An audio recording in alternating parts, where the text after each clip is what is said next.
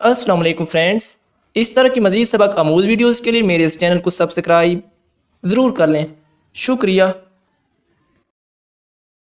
اسلام میں نومولود بچے کے بارے میں جو احکام وارد ہوئے ہیں ان میں سے ایک یہ ہے کہ 7ویں روز بچے کے سر کے بال مونڈے جائیں اور ان بالوں کے وزن کے برابر چاندی فقیروں اور مسکینوں میں تقسیم کر دی جائے۔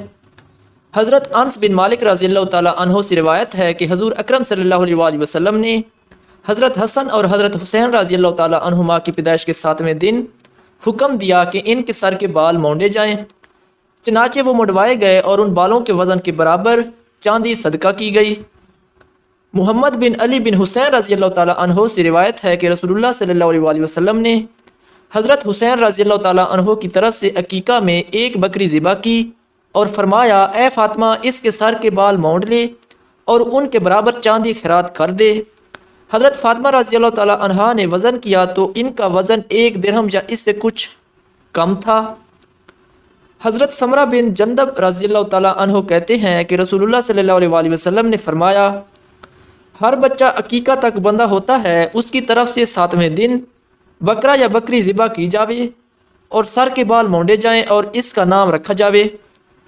مسئلہ کی روح سے بچہ اور بچی دونوں کے سر کے بال مونڈے جانے چاہیے اور ہر ایک کے سر کے بالوں کے برابر چاندی خیرات کرنی چاہیے، کیونکہ بچہ اور بچی دونوں خدا کی نعمت اور سر کے بال موڑنے کی حکمتیں دونوں سے متعلق ہیں۔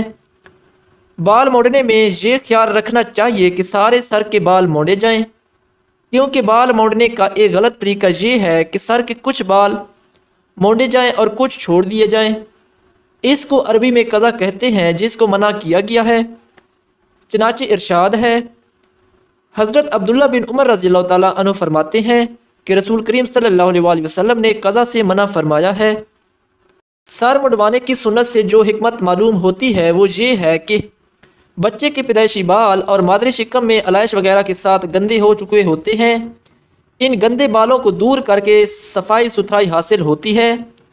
دوسرے یہ کہ پیدائشی بال انتہائی کمزور ہوتے ہیں جس کے دور کرنے سے نسبتاً طاقتور بال اگ آتے ہیں۔ تیسرے یہ کہ پیدائشی بالوں کو دور کرنے سے سر کے مسام کھل جاتے ہیں جس کے صحت پر اچھے اثرات پڑتے ہیں۔ نیز سر کے بال کٹوانے سے دیکھنے، سننے، سونگھنے اور سوچنے کی قوت زیادہ ہوتی ہے۔ اس سنت کا دوسرا جز بالوں کے برابر چاندی کا خیرات کرنا ہے، جس کی حکمت ظاہر ہے کہ بچے کی پیدائش پر جو خوشی ہوتی ہے اس میں فقراء اور مساکین کو بھی شریک کر لیا جاتا ہے۔ یوں یہ خوشی صرف ایک گھر تک محدود نہیں رہتی بلکہ آس پاس کے غریب لوگوں میں بھی اس میں شریک ہو جاتے ہیں۔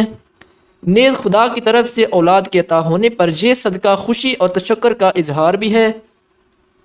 تو دوستو، اس طرح کی مزید اچھی ویڈیوز کے لیے، انفارمیٹو ویڈیوز کے لیے میرے اس چینل کو سبسکرائب ضرور کر لیں، شکریہ، اللہ حافظ۔